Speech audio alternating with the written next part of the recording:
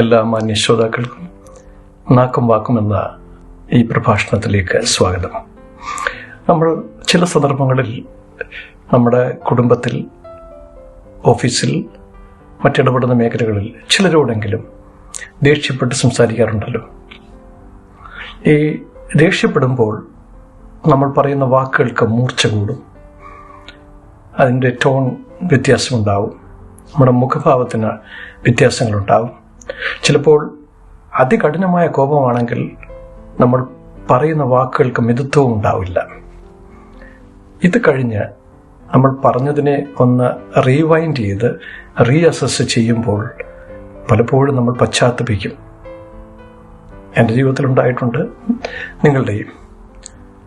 അത്രയും കനത്തോടുകൂടെ, അത്രയും മൂർച്ചയോടുകൂടെ സംസാരിക്കാൻ പാടില്ലായിരുന്നുവല്ലോ എന്ന്. കാരണം നാം സംസാരിച്ച ആ രീതി മറ്റൊരു വ്യക്തിക്ക് വേദന ഉണ്ടാക്കി എന്നുള്ളത് നമ്മൾ മനസ്സിലാക്കുന്നതാണ് ഏറ്റവും പ്രധാനപ്പെട്ട കാര്യം. അത് മനസ്സിലാക്കിയാൽ ഒരു ഗുണമുണ്ട്.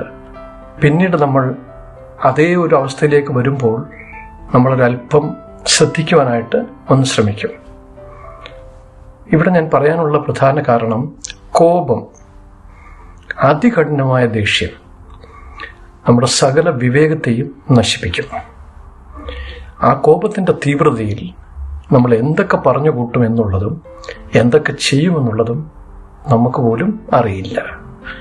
ഇതിനെ എങ്ങനെ നമ്മൾക്ക് നേരിടാൻ കഴിയും? കാരണം കോപമെന്ന് പറയുന്നത് ദൈവം നമുക്ക് തന്നിരിക്കുന്ന ഒരു വികാരമാണ്. എന്നാൽ ഇതിനെ നിയന്ത്രിക്കുക എന്ന് പറയുന്നത് ഒരു അല്പം പ്രയാസമുള്ള കാര്യമാണ്. നമ്മളൊക്കെ ചില സന്ദർഭങ്ങളിൽ നമ്മുടെ ക്ഷമയുടെ എല്ലാ മേഖലകളും നമുക്ക് നഷ്ടപ്പെട്ടു പോകും. നമ്മുടെ മക്കളുടെ ഇടപെടൽ, ചില വ്യക്തികളുടെ ഇടപെടലും രീതികളിലും കാണുമ്പോഴൊക്കെ. എന്നാലും നമ്മൾ ചില സന്ദർഭങ്ങളിൽ എത്രയോ സംയമനം പാലിക്കാറുണ്ട്. ഇത് നമ്മുടെ ജീവിതത്തിൽ ഒരു സ്വഭാവമായിട്ട് വന്നാൽ പലവിധ പ്രശ്നങ്ങൾക്കും പരിഹാരമുണ്ടാകും. കാരണം ഈ ലോകത്ത് നടന്ന എല്ലാ മ്ലേച്ഛമായ, മോശമായ പല സംഭവങ്ങളുടെയും പിന്നിൽ ദേഷ്യമായിരുന്നു കാരണം. ദേഷ്യത്തിൽ പറഞ്ഞ വാക്കുകൾ, അതിൻ്റെ ആഘാതങ്ങളാണ് പിന്നീടുണ്ടായ വളരെ ഹീനമായ പ്രവൃത്തികളിലേക്ക് മനുഷ്യ മനസാക്ഷികളെ നയിച്ചിട്ടുള്ളത്. പ്രിയപ്പെട്ടവരെ, കോപത്തിൽ നമ്മളായാലും നമ്മുടെ വാക്കുകൾക്ക് മിതത്വമുണ്ടാകുവാൻ വളരെ ആത്മാർത്ഥമായിട്ട് നമുക്ക് പരിശ്രമിക്കാം.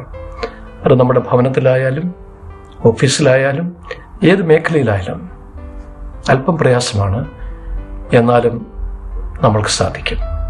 God bless you all.